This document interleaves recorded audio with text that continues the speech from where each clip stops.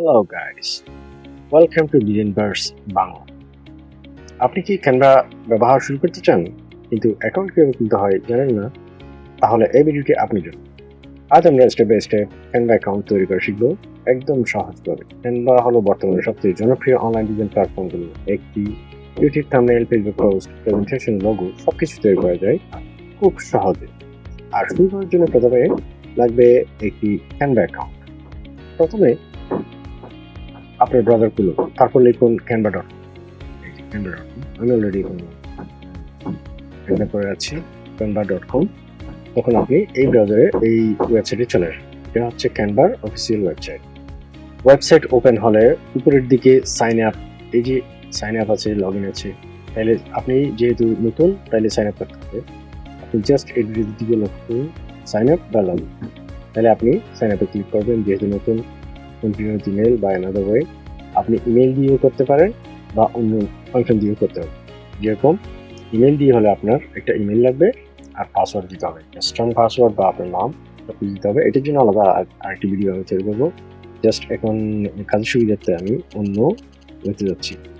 এই ইমেল ছাড়াও আপনি বিভিন্ন অন্যান্য মাধ্যমেও এটাতে লগ ইন করতে পারবেন, যেমন continue Google, continue Facebook, continue email, continue Apple, continue with Microsoft, continue with Clever, continue with Work Email।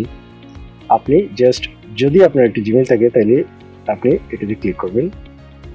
করার সাথে সাথে আপনার একটা পপ আপ ওপেন হবে। ওপেন হওয়ার পর আপনি আপনি যে ইমেল দিয়ে আপনি লগ ইন করতে চান, জাস্ট ওই ইমেলটিকে অলরেডি সাইন করা থাকতে হবে। আপনি এন্টার করুন এবং জাস্ট এটা ইমেলটা এখানে দিতে হবে। ওয়েট করুন, আমি ইমেলটা খুঁজে বের করি।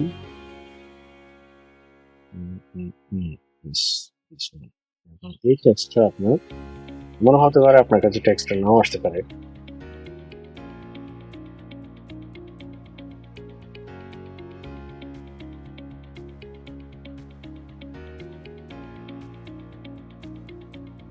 একবার যদি না হয় তাহলে দ্বিতীয়বার আপনাকে টাইপ করতে হবে। নেক্সট ক্লিক করুন। আশা করি এইবার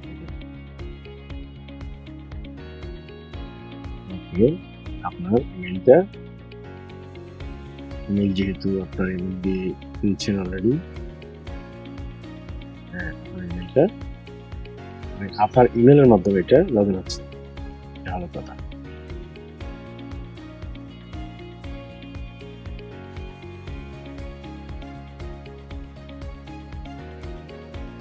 ক্লিক করুন, হ্যাঁ অলরেডি এটাকে কন্টিনিউ করে দিন।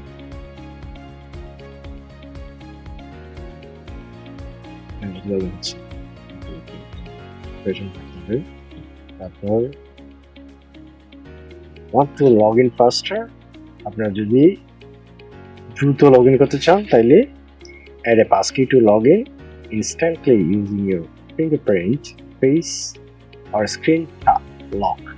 ওকে, আপনি এটাকে যদি ফাস্টার লগ ইন করতে চান তাইলে এই অপশনটা ইউজ করতে পারেন। আমরা করতেছি না আপাতত, পরবর্তীতে আমরা কোনো একটা সময় এটা আপনাদেরকে দেখিয়ে দেব। আমরা স্কিপে ক্লিক করলাম। হ্যাঁ আমরা অলরেডি